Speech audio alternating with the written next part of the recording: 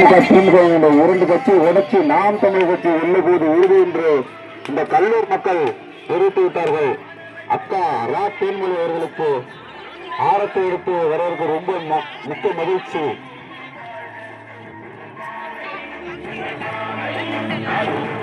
நம் தேசிய தலைவர் மேதகுவே தலைவர் பிரபாகரன்,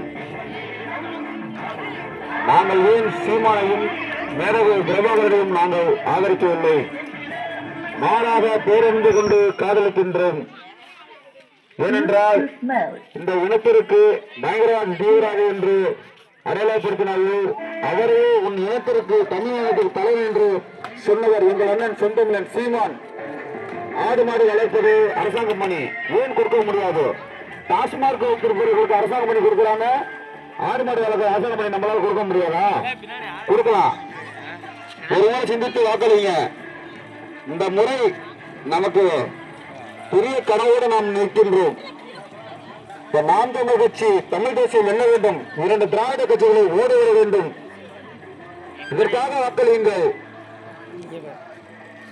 விவசாயிகளுக்கு எல்லோருக்கும் விருப்பம் உண்டு, ஆனா விவசாயி என்கிற உலக நாமும் திராவிட கட்சிகளுக்கே தான் வாய்ப்பையும் கொடுத்துட்டு இருக்கோம்.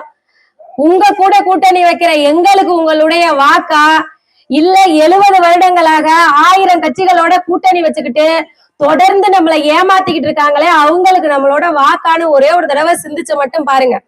நம்ம இந்த பகுதிகளில் பண்ணைகள் அமைக்கிறோம், அதாவது கூட்டு பண்ணை அமைக்கிறோம். கூட்டு பண்ணைனா இப்ப கோழி வளர்க்குறோம்னு வச்சுக்கோங்களேன், மேல ஷெட்டு போட்டு கீழே குளம் இருக்கும், அதுல மீன் வளர்ப்போம். அந்த கழிவு பொருள் அப்படியே கீழே மீன்களுக்கு போகும். மீனோட கழிவு பொருட்களை அந்த தண்ணீரை எடுத்து அப்படியே விவசாய நிலங்களுக்கு பாய்ச்சுவோம்.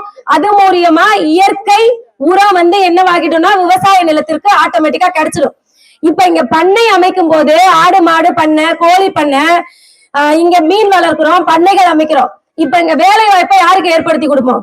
மக்களாகிய மண்ணின் மக்களாகிய நமக்கு தான் இங்க வேலை வாய்ப்பை ஏற்படுத்தி கொடுப்போம். இதுதான் நம்ம நாம் தமிழர் கட்சியோட கொள்கை. நாங்க வந்தா கண்டிப்பா இதை செய்கிறோம். ஆனா மறுபடியும் வாய்ப்பை திராவிட கட்சிகளுக்கே நம்ம கொண்டு போய் கொடுத்தோம் அப்படின்னா நம்மளால அதை எப்படி செய்ய முடியும்? ஒரு தடவை மாத்தி நாம் தமிழர் கட்சிக்கு உங்களுடைய வாக்கை கொடுங்க. விவசாயிகளா இருக்கிற நாம தான் விவசாய சின்னத்தை ஆதரிக்கணும். வேற யாரு நமக்கு ஆதரவு தெரிவிப்பா? எல்லாரும் நோட்டுக்கும் சீட்டுக்கும் பேரம், 10 கட்சி கூட்டணி. ஆனா நம்ம 15 வருடத்திற்கு மேல எந்த கட்சிகளோடையும் கூட்டணி வைக்கல. தொடர்ந்து நான் தனியா நிக்கிறேன், தன்மானத்தோட நிக்கிறேன், என் மக்களோட கூட்டணி வைக்கிறேன்.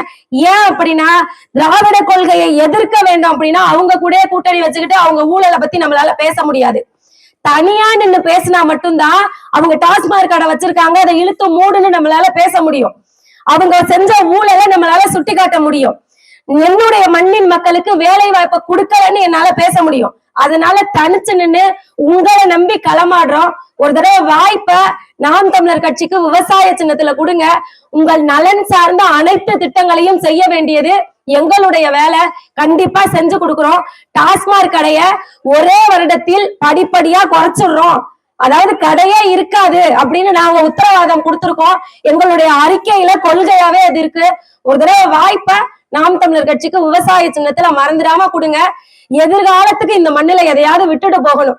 ஏன்னா இப்பவே மழை இல்ல, மணல் இல்ல, எல்லாத்தையும் அள்ளி சாப்பிட்டுட்டாங்க. ஆனா அவர்களுக்கே திருப்பி வாய்ப்பை கொடுக்கறோம்னா எனக்கே குடிக்க தண்ணீர் இல்லைங்கிறப்போ என் பிள்ளைக்கு இந்த மண்ணுல எதை விட்டுட்டு போக போறேன்னு யோசிங்க. ஒரே ஒரு தடவை சிந்திச்சு நாம் தமிழர் கட்சிக்கு விவசாய சின்னத்துல வாய்ப்பை கொடுங்க. கண்டிப்பா நல்லாட்சி அமையும். இங்க இயற்கை வளங்களை பாதுகாக்கிறேன்னு முன் வச்சவங்க கிட்ட வாக்கு கேட்கிற ஒரே கட்சி நாம் தமிழர் கட்சி மட்டும்தான்.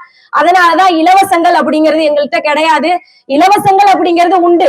எது அப்படின்னா அடிப்படை பிரச்சனைகளான தரமான தண்ணீர் வழங்கப்படும், மருத்துவம் தரமானதா வழங்கப்படும், அதே போல கல்வி தரமானதா வழங்கப்படும். இது மட்டும்தான் நாம் தமிழர் கட்சி ஆட்சியில இலவசம். மற்றபடி இந்த 2000 அண்டாம் குண்டாம் பிரியாணி குவாட்டரு அதெல்லாம் நம்ம கிட்ட கிடையவே கிடையாது. ஒரு தடவை வாய்ப்பை மறந்துடாம விவசாய சின்னத்துக்கு கொடுங்க. பெருவாரியான வாக்குகள் வித்தியாசத்துல வெற்றி பெற வைங்க. நல்ல ஆட்சி நாம் தமிழர் கட்சி ஆட்சியில மட்டும்தான் வளரும். ஒரு தடவை சிந்திங்க. சிந்திச்சு உங்களுடைய வாக்கை விவசாய சின்னத்துல கொடுப்பீங்கன்னு முழுமையா நம்புறோம். வாய்ப்பை கொடுங்க. நன்றி. நாம் தமிழர். நன்றிக்கா, நன்றி. வெயிலும் பார்க்காம நின்னு கேட்டீங்களா, அதுவே பெரிய மகிழ்ச்சி. ஏன்னா 200 ரூபாய்க்கு கூடுற கூட்டம், 200 ரூபாய்க்கு 2 மணி நேரம் 3 மணி நேரம் வெயில்ல வந்து நிக்க வைப்பாங்க. அதுவும் நம்ம கால் கடக்க இங்க நின்னு நம்ம வந்து அவங்கள பாத்துட்டு போற மாதிரி இருக்கும். ஆனா 1 ரூபாய் காசு இல்லாம நம்ம கொள்கையை உள்வாங்கணும்னு இந்த இடத்துல நின்னு கேட்டீங்க. மிக்க நன்றி. இந்த வெயில்னு பொருட்படுத்தாம ரொம்ப நன்றி. அடுத்த கட்ட தலைமுறைக்கு நம்ம கொண்டுட்டு போகணும். ஒரு தடவை வாய்ப்பை மட்டும் விவசாய சின்னத்துல மறந்துடாம கொடுங்க. நன்றி நன்றி. இங்க இந்த பொருளாதாரத்தை மேம்படுத்த முடியுமா முடியாதா? நம்ம இங்க பண்ணை அமைச்சு கொடுக்கறோம்னு வச்சுக்கோங்களேன். இந்த பகுதியில உள்ளவங்க எல்லாரும் அந்த பகுதியில வேலை செய்வாங்க. இந்த மண்ணின் மக்களுக்கு 98% வேலை கிடைக்கும். இப்ப தமிழ்நாட்டுல மத்த பகுதியில இருந்து வந்து வாழ்றவங்களுக்கு, மத்த மாநிலத்தில இருந்து வந்து வாழ்றவங்களுக்கு வேலை வாய்ப்பை கொடுக்குது இந்த தமிழ்நாடு அரசு. ஏன் இதை செய்ய முடியாது? இந்த பகுதியில பண்ணை அமைச்சு கொடுத்தோம் அப்படின்னா இந்த பகுதியில உள்ள மக்களுக்கு 98% மேல வேலை வாய்ப்பை ஏற்படுத்தி கொடுக்க முடியும். இன்னொன்னு, நாட்டு மாடு வளர்க்கும் போது கிட்டத்தட்ட அரக்கு அப்படி, அதாவது கோமியத்துல இருந்து தயார் பண்றது. அரக்கு அப்படின்னு ஒரு விஷயம் சொல்றாங்க. கோமியத்தை காய்ச்சி அதுல இருந்து எடுக்கிறது. அந்த காய்ச்சி எடுக்கிற அந்த அரக்கு அப்படிங்கறதுல இருந்து ஷாம்பு தயாரிக்கலாம், சோப்பு தயாரிக்கலாம், நம்ம வாசனை திரவியங்கள் சென்ட் அடிச்சுக்கிறோமே தயாரிக்கலாம். இப்போ நம்மளோட வாழ்வாதாரம் என்னவாகும்? பெருகும். இப்ப நம்ம நாட்டு மாடு வளர்க்கறதும் பெருகும். ஏன் இதுலெல்லாம் இந்த திராவிட கட்சிகள் வந்து முன்னுரிமை கொடுக்காம, விவசாயிகளோட வாழ்வாதாரத்திற்கு முன்னுரிமை கொடுக்காம தொடர்ந்து நம்மளை ஏமாத்திக்கிட்டு இருக்காங்க?